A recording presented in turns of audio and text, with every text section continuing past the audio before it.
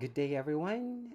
This video is intended to be a tutorial video on how to be able to access your information from the IER and also would cover how to be able to send out queries relative to the application. So first and foremost, you would need to open the RMS portal or the Recruitment Management System portal, and that is accessible through rms.depedbohol.org. So let me repeat that.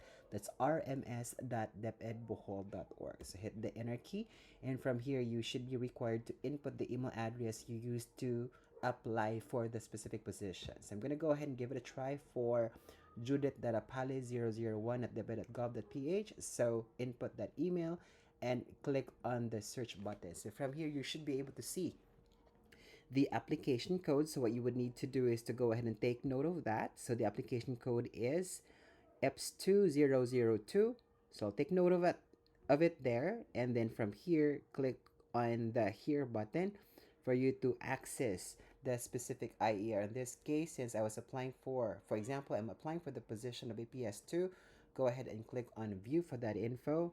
And then from here, locate 002 so that you'll be able to see the initial evaluation result that would give you the idea that you are qualified for that position. Now, in the event that you have queries about or relative to the position, what you would need to do is to go back to the RMS portal by just clicking on the back buttons, and from there, click the application code link, and from there, start putting in your query.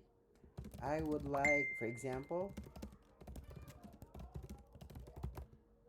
once you're done with the query, please go ahead and click on the send button, and it will be routed over to the members of the comparative assessment committee. Please just make sure that when you're sending out queries that you are addressing the query to the HRM PSB, and please observe professional courtesy. I guess that would be it. Thank you all so much for listening to this tutorial.